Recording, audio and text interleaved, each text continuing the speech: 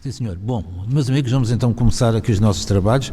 As pessoas devem estar a pensar que eu ando com ideias imperialistas, não é? Por estar sempre aqui a presidir as mesas, mas realmente esta manhã foi o professor Januário Gomes que trocou as datas e eu não estava cá. E agora de tarde devia estar a presidir o professor Luís Menezes Leitão, mas foi para uma reunião de Conselho Científico. Eu digo, uma reunião de Conselho Científico é pior que uma reunião de Conselho de Segurança das Nações Unidas, não é? Aquilo é uma coisa e tal. Só que no Conselho de Segurança das Nações Unidas só há 5 pessoas com direito de veto, ali no Conselho Científico há muita gente que tem direito de veto, de modo que é realmente um órgão complicado. Bom, mas enfim, eu estou liberto já dessas matérias, de modo que tenho prazer, gosto e honra de estar aqui com vocês. Saudar aqui os meus colegas de mesa, o professor José Alberto Vieira e o professor José Luís Ramos, não é? Estou muito bem aqui defendido, portanto, se houver aqui algum ataque à mesa, eles defendem-me com certeza. E vamos começar por conversar sobre um dos temas que é muito visado por este pacote legislativo, que é o problema do alojamento local. Ora bem, eu vou falar do alojamento local e agora também na propriedade horizontal. Eu vou começar por dizer aqui umas palavrinhas introdutórias sobre a propriedade horizontal. Propriedade horizontal, onde é que isso vem? Bom, nós sabemos que na antiguidade já haveria qualquer coisa no género da propriedade horizontal. Na Babilónia, na Grécia, em Roma. Nós sabemos que Roma, a cidade de Roma, no tempo da antiguidade, tinha edifícios de andares que chegavam a alcançar os 5 andares. E, portanto, devia haver um regime qualquer, a gente supõe que houvesse, embora esteja pouco documentado nas fontes, um regime relativo ao aproveitamento desses andares, o qual, pela natureza das coisas, é necessariamente um aproveitamento individual. Bom, depois, enfim, atravessou-se a Idade Média, nós sabemos que no final da Idade Média os costumes franceses previam em vários sítios a possibilidade de, num edifício com 2 ou mais pisos, não é, de haver um proprietário do piso de baixo e um proprietário do piso de cima. Depois havia discussão como é que isso se entendia, mas havia regras muito claras quanto a essas ocupações e depois quanto às despesas que era necessário suportar por causa das partes comuns, chamadas partes comuns. E no nosso direito, no direito português, nós encontramos também disposições desse tipo nas ordenações manuelinas. O que é interessante, porque as ordenações manuelinas, tanto quanto sabe hoje em dia, datam de 1512 a 1514, portanto são anteriores aos tais costumes franceses. Não sei se há aqui colegas que gostem da história do direito, mas essa matéria devia ser investigada. Como é que as ordenações manuelinas se anteciparam tanto na consagração que nós hoje em dia chamamos da propriedade horizontal. Passou também às ordenações filipinas. Depois o Código Seabra tinha lá uma pequena referência, não é, do facto de haver um senhor do sobrado e outro senhor de cima, também com algumas regras poucas. Podemos dizer que, de um modo geral, o liberalismo era pouco favorável a este fenómeno da propriedade horizontal, porque o liberalismo gostava era da propriedade limpa, não é, para poder circular no mercado, para poder, enfim, obter investimentos e por aí afora. Na sequência das guerras, não é, foi necessário acomodar muita gente, sobretudo os soldados que depois vinham da frente, e havia sempre um movimento de fuga para as cidades. Portanto, a situação complicou-se, as cidades começaram a subir em altura e foram surgindo nos vários países leis relativas àquilo que nós hoje em dia chamamos de propriedade horizontal, designadamente em França, através de uma lei de 1938. Mas, há sempre um mas, não é, que é o que torna a nossa ciência do direito uma ciência tão gira, não é, com estes sortilégios de tipo cultural. Mas, na Alemanha seguiu-se um caminho diferente. Não é? O parágrafo 1014 do BGB, do Código Civil Alemão, na sua versão inicial, proibia pura e simplesmente a propriedade horizontal. Então como é que a coisa se resolvia? Bem, resolvia-se mal. Resolvia-se mal porque em alguns estados havia leis de propriedade horizontal anteriores ao BGB que continuaram a vigorar. Depois, na vigência do BGB, recorreu-se ao direito de superfície para conseguir qualquer coisa semelhante à propriedade horizontal e depois, enfim, vieram as guerras, não é, muito destrutivas, geralmente a Segunda Guerra Mundial, e a Segunda Guerra Mundial teve, entre muitos outros efeitos, o de a chamada Alemanha Ocidental ter de acolher qualquer coisa como 14 milhões de refugiados, não é, que vinham das províncias do leste alemãs, não é, que foram ocupadas pela União Soviética e depois foram desanexadas da Alemanha, não é, a zona, aliás, muito simpática, não nasceu Königsberg, foi anexada pela Rússia, hoje chama-se Kaliningrado, e depois as outras províncias de leste alemãs foram integradas na Polónia. Portanto, toda aquela população alemã ou de língua alemã fugiu para o Ocidente, portanto havia que acomodar muita gente. E havia acomodado muita gente, ainda por ser numa altura em que as cidades alemãs estavam destruídas. Não é? A gente conhece aquelas fotografias da Segunda Guerra Mundial, são impressionantes, não é? Porque das cidades alemãs só restavam efetivamente as paredes. Bem, isso obrigou ao investimento do Estado, enfim, devidamente apoiado pelo Plano Marshall, na reconstrução das cidades. Isso explica porque é que na Alemanha há uma percentagem, embora minoritária, mas enfim muito superior à nossa, de prédios que pertencem ao Estado ou que pertencem aos Estados Federados, e levou depois, em 1951, a aprovação de uma lei, agora vou poupá-los de ouvir o nome da lei em alemão, de uma lei que efetivamente estabelecia para efeitos habitacionais o regime da propriedade ocidental. Entre nós, pois enfim, havia aqueles antecedentes pouco desenvolvidos das ordenações, depois do Código de Seabra, até que em 1955 foi adotado o Decreto-Lei 40.333, de 14 de outubro, que estabeleceu então entre nós o domínio da propriedade, o regime da propriedade horizontal. Este diploma é um diploma interessante por várias razões. É um diploma que está bem feito, é um diploma que foi objeto de um parecer da Câmara Corporativa, também muito bem feito, o parecer esse que teve como relator um grande professor desta casa, o professor Manuel Gomes da Silva, que fez uma comparação entre os diversos direitos, incluindo os sistemas anglo-saxónicos, e efetivamente essa lei transitou com alterações formais e sistemáticas, mas transitou fundamentalmente para o Código Civil. Portanto, nós podemos dizer hoje em dia, meus amigos, que o nosso regime da propriedade horizontal é fundamentalmente o desta lei de 1955. Agora, para os jovens que me estão a ouvir, 1955 deve parecer uma data antediluviana, 1955 para um civilista foi ontem, não é? Tudo isto aconteceu ontem, não é? Para nós, enfim, uma data antediluviana terá que ser anterior à lei das 12 tábuas. Pronto, o regime do Código Civil é um regime, enfim, que nós podemos equacionar desta seguinte maneira, não é? Cada titular do direito de propriedade horizontal é proprietário pleno da sua fração e é comproprietário depois das partes comuns. É proprietário pleno da sua fração, quer dizer que em princípio na sua fração faz o que quiser. Portanto, isto é a regra da propriedade, digamos assim. No fundo, o direito de propriedade é um espaço de liberdade. Há muitas justificações para o direito de propriedade. Penso que aquela, enfim, que hoje em dia merece maior acolhimento, no fundo, é a justificação do Kant, não é a justificação da propriedade, é a liberdade. Se uma pessoa não tem nada, também não faz nada, não é? Está à espera, enfim, de graça. Se uma pessoa tem propriedade, então aí pode efetivamente fazer qualquer coisa, ter a sua casinha, pode ir passar o fim de semana, pode pegar no seu automóvel e dar um passeio, e por aí fora, no seu dinheirinho oferecer um ramo de flores a quem acho que a merece, enfim, tem essas regalias todas, chama-se a isso liberdade. Evidentemente, nós podemos alargar um bocadinho mais esta conversa aos grandes proprietários, aquelas grandes multinacionais, as grandes fortunas, não é, que têm não sei quantos bi, como sabem, é um bilhão de euros. Só que eu suponho que a discussão já não é uma discussão de propriedade, é uma discussão de poder. É saber quem é que manda, afinal de contas, porque é evidente que uma pessoa que seja proprietária pode ir passear num automóvel. Se tiver 20 automóveis, pode escolher um de vez em quando. Se tiver 1000 automóveis, eu suponho que já não escolhe coisa nenhuma. Não é? Se tiver um dinheirinho, come um bife. Se tiver mais dinheiro, pode comer 2 bifes. E se tiver ainda mais dinheiro, come 10 bifes. Enfim, também não acredito. Portanto, já não é uma questão agora aqui nem de liberdade, nem de propriedade, é uma questão de poder. É saber quem é que manda, afinal de contas. Quem é que manda na Amazônia? São os seus titulares, não é? Ou são os Estados? Bom, isto agora temos uma discussão, enfim, que está sempre na baila, não é? Por mais que se ultrapasse, voltar a renascer, é saber quem é que gera melhor, quem é que cria melhor riqueza, se é o Estado, se são os empresários privados. Mas não fiquem preocupados, não é esse o objetivo destas jornadas, discutir esse problema, esse continuará a ser discutido, enfim, pelas gerações, pelos parlamentos e pelos governos, e depois o eleitorado de vez em quando é chamado a pronunciar-se. Bom, então temos a propriedade horizontal tal como resulta do Código Civil, frações autónomas com um poder, enfim, tendencialmente pleno dos seus titulares, e depois as partes comuns dos edifícios, e aí tem que haver um esquema que permita na sua administração. Bem, digamos que esse é o calcanhar daqueles da propriedade horizontal. Toda a gente está de acordo que dentro da sua casa faz aquilo que quiser, desde que não incomode os vizinhos. Mas para isso não é preciso o regime de propriedade horizontal. Nós temos o regime geral do Código Civil, das relações de vizinhança, do artigo 1346 do Código Civil, que proíbe as emissões, etc. E, portanto, por aí, enfim, aquilo que era possível fazer, o direito já fez, efetivamente. Agora, nas partes comuns, aí temos efetivamente um sarilho. E porquê, meus amigos? Porque aquilo que é de todos acaba por não ser de ninguém. E tem que haver aqui uma disciplina, não é? Porque eu, na minha casa está limpinha, mas se não tiver cuidado vou sujar depois as escadas e alguém terá que as limpar, ou então aquilo fica tudo transformado num pardieiro.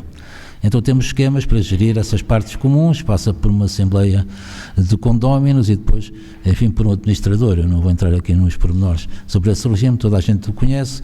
Enfim, suponho que deve haver aqui muitos proprietários de frações autónomas, pessoas com certeza com experiência de participar em assembleias de condóminos. Eu também tenho alguma experiência, enfim, a título de história, posso contar, por exemplo, uma assembleia de condóminos, onde eu deixei, aliás, de participar, não é? aquilo tinha um esquema. Havia lá um senhor coronel que era quem sabia tudo, e quando eu abria a boca dizia: o senhor Calço não percebe nada disto, ou pensa que está na Faculdade de Direito a dar lições, isto aqui quem não é assim, não é assim. Enfim, pronto, são os mistérios das Assembleias de Condóminos, e isso tem como consequência prática um bocadinho aquilo que se passa na política. Não é verdade que as pessoas, enfim, que têm menos tempo ou que têm algum jeito, não vão para lá, não é? Dedicam-se a coisas mais produtivas. E por isso é sempre o calcanhar daquilo, é realmente a administração das partes comuns e, enfim, o funcionamento dos condomínios. As alterações, também não vou aqui enumerá-las para não esmaçar, as alterações que houve ao regime do Código Civil, fundamentalmente têm todas elas a ver com os comuns, não é? Como é que se consegue agilizar o funcionamento, como é que se convocam as Assembleias de Condóminos por aí fora, de tal maneira que nós no Código Civil chegamos a encontrar matéria regulamentar, até surpreende como é que ela possa estar no Código Civil. Como é que neste momento nós estamos a ultrapassar isto? As sociedades evoluem, as lógicas evoluem. Olha, nós estamos a ultrapassar isto, penso que da maneira mais inteligente. Em vez de entregar a administração das partes comuns aos condóminos, aos senhores coronéis que aparecem nas assembleias, aos administradores, essas coisas todas, entrega-se a uma empresa especializada. Há empresas que tratam disso, não é verdade? Estamos no mercado, portanto os preços são competitivos, naturalmente, não é? E como são competitivos, eles tratam daquela papelada, que aliás é mais que muita, não é? Porque hoje em dia, como sabem meus amigos, com a burocracia mata tudo aquilo que se faz. É efetivamente essa a tendência que nós temos atualmente. Bom, e quanto ao alojamento local, o alojamento local integra-se numa lógica que tem a ver com o turismo e com o funcionamento do turismo. E logo à partida, eu queria deixar claro aqui este ponto, não é? Compete aos governos legítimos e às assembleias, aos parlamentos legítimos, não é? Escolhidos pelo eleitorado, tomar uma decisão quanto ao funcionamento do país. Vocês querem turistas ou não querem? Se querem turistas, pois, então vamos ter turistas. Se não querem turistas, então não queiram. Pronto, fecham-se os hotéis, fecha-se o alojamento local, fecha-se aquilo que quiser. Isto é uma decisão política. Agora, o que não me parece possível é ter turismo e não ter turistas. Não é verdade? É que, enfim, ter o melhor de dois mundos, isso não é efetivamente viável. Então, esses tais turistas são assim tão terríveis? Eu não sei, enfim, provavelmente as pessoas que estão aqui nesta sala terão as suas experiências e dirão, não é, se os turistas são ou não são terríveis, não é? Que há tempos uma pessoa muito importante do nosso país, desta vez não foi o professor Marcelo, uma pessoa muito importante do nosso país, dizia, pois é uma maçada, porque uma pessoa está em Lisboa e já não vê lisboetas, só vê estrangeiros e tal. Então se acham que em Lisboa só há estrangeiros e não há lisboetas, se nós continuarmos a ser um país soberano, o que é duvidoso, não é verdade? Se podem pôr cidadãos da União Europeia na rua, então nos deixem entrar. Não é? Parece que temos aí uma terrível polícia de fronteiras, fechem as fronteiras, são internacionais. Enfim, suponho que teria sido a solução albanesa, não é? Enfim, nos anos 60 do século passado, não sei se será a melhor solução hoje em dia. Bom, então como é que aparece este alojamento local? Foi justamente através do turismo. O alojamento local sempre existiu, simplesmente em determinada altura o Estado, penso que se calha mal, porque quando se começam a formalizar as coisas, começam-se a complicar. O Estado resolveu formalizar então essa situação do alojamento local. Primeiro apareceu um diploma, o Decreto-Lei 39 de 2008, de 7 de março, não é, que definia o alojamento local, artigo 3º, são locais de hospedagem que dispõem de autorização de utilização, prestem serviço de alojamento temporário, mediante remuneração, mas sem os requisitos de um empreendimento turístico. Portanto, isto é uma noção puramente formal. Para haver alojamento local, o que é preciso? Bom, tem que haver alojamento, logicamente, e depois tem que ter uma autorização administrativa. E depois não tem requisitos para ser um empreendimento turístico. Portanto, isto é puramente formal, no fundo o que está aqui em cima da mesa é, efetivamente, um alojamento. Pronto, e depois apareceu um diploma próprio do alojamento local, que foi o Decreto-Lei 128 de 2014, 29 de agosto, que, no seu artigo 2º, veio também apresentar uma noção, enfim, um pouco diferente desta. Depois houve várias alterações ao alojamento local, também não vou estar aqui a enumerar os diplomas, eles foram 4, não vou estar aqui a enumerá-los, é um bocadinho maçador para depois do almoço estarmos a ver aqui esta lista, mas a preocupação do legislador foi, por um lado, expandir o alojamento local e, por outro lado, introduzir alguns elementos de restrição. Portanto, nós estávamos aqui, digamos, num ponto de equilíbrio. Ora bem, uma das questões que levanta efetivamente problemas de ordem prática, ou que levantou problemas ou alguns problemas de ordem prática, era o cruzamento do alojamento local com a propriedade horizontal. E porquê? Por causa das partes comuns. Havendo um alojamento local, as pessoas, digamos, alojadas nesse sítio, designadamente os tais turistas, eu devo dizer que conheço situações de alojamento local fundamentalmente usadas por estudantes Erasmus, não é? Não são apenas turistas, a menos que queiram considerar os estudantes como turistas, não é? Que eu penso que à partida não seriam, não é? O que acontece é que, havendo pessoas que entram, que saem por aí fora, depois dá-se um uso mais intensivo das partes comuns. E dentro desse uso mais intensivo das partes comuns, naturalmente aí os condomínios podem começar a protestar, porque há mais despesa, que precisa mais limpeza, etc, etc. Um outro problema que é representado pelo alojamento local em propriedade horizontal é o problema das festas, das pândegas, dos barulhos até às tantas e por aí fora, gente jovem, copos e tal. Claro que eu diria que isto não é um problema específico do alojamento local, porque graças a Deus continua a haver pândegas mesmo sem alojamento local, e portanto em qualquer condomínio, e as pessoas que estejam aqui, que vivem em condomínios, não é, sabem bem que de vez em quando pode haver uns jovens que façam uma festa até às tantas, não é? Normalmente uma pessoa vai lá bater à porta, pedir que façam menos barulho, não é? E a coisa sossega. Bom, isso também acontece com os turistas em princípio e por aí fora, portanto suponho que ninguém se vai suicidar por causa disso, mas no caso do alojamento local, realmente a situação é um pouco mais visível. E por isso foram tomadas algumas medidas que visam, enfim, tentar amenizar o problema do propriedade horizontal com o alojamento local. Fundamentalmente duas que já vinham atrás. A primeira é aquela que permitia a Assembleia de Condóminos, com justificação por maioria do capital e justificando que havia perturbações, barulho e por aí fora, pedir ao Sr. Presidente da Câmara que revogue a licença para o alojamento local, e o Presidente da Câmara verificaria se efetivamente os dados de facto estavam reunidos e, fosse o caso, revogava essa licença, cessava o alojamento local. Era uma medida. Outra medida permitia aos condomínios aumentarem 30% a cotização das frações que estivessem em alojamento local, partindo do princípio que, justamente por causa do alojamento local, era necessário gastar mais sabão, mais vassouras, enfim, na limpeza dessas tais partes comuns. Enfim, houve queixas nos nossos tribunais, não é, por causa do alojamento local. Em determinada altura foi preferido um acórdão unificador de jurisprudência de 22 de março de 2022, que veio fundamentalmente dizer o seguinte, não é? Só pode haver alojamento local quando for permitido pelo título constitutivo da propriedade horizontal. Eu não conheço, não sei se meus colegas da mesa conhecem algum título constitutivo, não é, que fala em alojamento local, possivelmente nenhum falará. E porquê? Porque na altura em que se faziam, enfim, generalidade dos títulos constitutivos, nem se falava nessa matéria do alojamento local. Bom, quanto a este acórdão uniformador de jurisprudência, há opiniões diferentes aqui na mesa, já publicadas, eu próprio já escrevi qualquer coisa sobre isso. O meu colega e amigo, o professor José Luís Ramos, escreveu outra coisa. Eu, por mim, acho que este acórdão é um mau acórdão, o professor José Luís Ramos acha que é um bom acórdão, mas isso, enfim, na Faculdade de Direito, como é evidente, havia várias opiniões, também parece que ninguém se suicida, é perfeitamente natural e até desejável. Do meu ponto de vista, qual é aqui o problema, e até já tive a oportunidade de conversar sobre isso com ilustres conselheiros que subscreveram esse acórdão uniformador de jurisprudência. Dizem eles, porque havia muito barulho. Eu digo, muito barulho, mas é evidente que os casos que chegam ao tribunal, e que eu saiba deve haver talvez uma dúzia de acórdãos sobre esta matéria, os casos que chegam ao tribunal, não é para as pessoas vão lá queixar-se, porque toda a gente está todo o tempo a rezar o terço, não é? Se vão queixar é porque há barulho. Não é? Portanto, os casos que chegam ao tribunal são casos litigiosos, naturalmente. E como são casos litigiosos, eles não podem ser generalizados desta maneira. Bom, mas o tribunal efetivamente generalizou. Então o que é que nós temos aqui? Temos uma situação para já de litigiosidade, porque reparem, o acórdão não se aplica diretamente às pessoas. Não é? Para isso era necessário uma lei. O acórdão só se aplica se por acaso houver depois umas outras decisões jurisprudencial que decidam segui-lo, não é? Porque nem sequer é obrigatório o acórdão uniformizador de jurisprudência, não é um assento, não é como eram os antigos assentos. Depois verifica-se que este acórdão tende a derrogar aquele preceito que permitia que os condomínios viessem pedir, por maioria, ao Presidente da Câmara a derrogação da licença para ver barulhos. E porquê? Porque agora já não é preciso, agora basta que um sozinho, não é, intente uma ação tendente a extinguir esta situação de alojamento local. Depois, eu não vejo a proposta que um tribunal, nem mesmo o Supremo, eu diria nem mesmo, enfim, o Tribunal da Santa Rota de Roma, não é, pode vir interpretar todos os títulos constitutivos deste país. Cada título constitutivo é um caso. Não é? E o acórdão vem dizer que os títulos constitutivos são interpretados no sentido de não admitirem alojamento local e por aí fora. Enfim, tudo isto, penso que...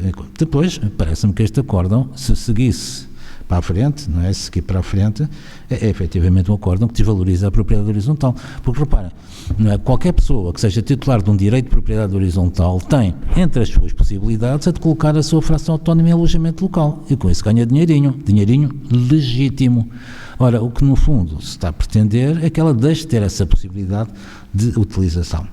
Depois, enfim, já referi que o barulho, não é? Pois é lamentável não haver barulhos, mas se há barulhos, não é? Então aí temos um litígio, há maneiras de o resolver, mas pode não haver barulhos, eu suponho que na maioria dos casos não haverá esses barulhos. E depois a tal consequência da decisão que é aumentar. Bem, portanto, estávamos neste pé, quando apareceu agora o nosso claríssimo governo com esta proposta 64-23-2023.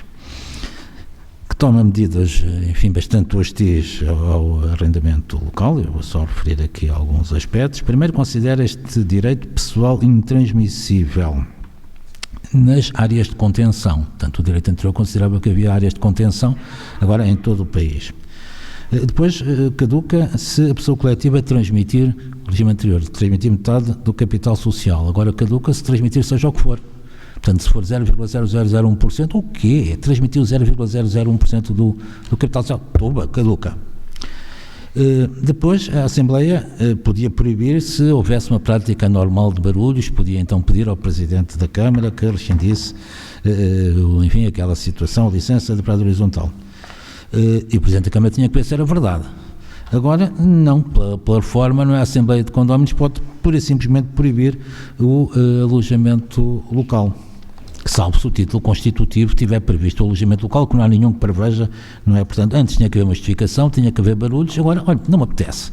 Pronto, chama lá o tal coronel que é quem manda na Assembleia de Condóminos, bumba, já está, acabou o alojamento local. E depois comunica ao Presidente. Antes o Presidente tinha que ver se era verdade, agora não tem que ver se é verdade, não é? Por isso simplesmente temos aqui esta matéria. Bom, e depois, enfim, temos aqui outros aspectos, designadamente, enfim, a limitação temporal do alojamento local. Antes não tinha limitação e agora passa a ser, é um novo artigo 6º-A, não é? O registro caduca ao fim de 5 anos. Bom, meus amigos, de traços muito largos, aqui está. Portanto, volto a dizer, é uma decisão política dos parlamentos legítimos, dos governos legítimos, saber se querem ou não querem turistas no país. Agora, se me vêm dizer, e eu acredito que seja verdade, que uma boa parte do nosso PIB, suponho que será 10%, depende do turismo, e que as contas até estão mais jeitosas porque há turismo, parece que sim, que queremos os turistas. Bom, então se queremos os turistas temos que lhes dar onde dormir, não é verdade? Os números são avassaladores, geralmente é uma porcentagem muito grande de camas, de alojamentos que são obtidos pelo turismo. Agora, parece-me que não faz muito sentido estar, por um lado, a facilitar e, por outro lado, a complicar. Portanto, há aqui um aspecto que já foi aludido esta manhã, que é o aspecto da confiança das pessoas. Então, as pessoas que acreditaram, fizeram investimentos, por aí fora. Então, essas pessoas não merecem ser tuteladas na sua confiança. Depois há aquele aspecto, mas são aqueles fundos abutres, são aqueles capitalistas internacionais que andam metidos nisto. Não é verdade. O alojamento local, de um modo geral, eu diria avassalador, não é? É obra de pequenos proprietários. O demonstro gráfico que foi projetado esta manhã, não é? O nosso país é um país de pequenos proprietários, é um país de pequena classe média, é um país de pequena burguesia, em que as pessoas são donas da sua casa e, portanto, podem aproveitar efetivamente a sua matéria. Enfim, meus amigos, é aquilo que se oferece dizer numa primeira leitura sobre o problema do alojamento local e da propriedade horizontal. Obrigado pela vossa atenção.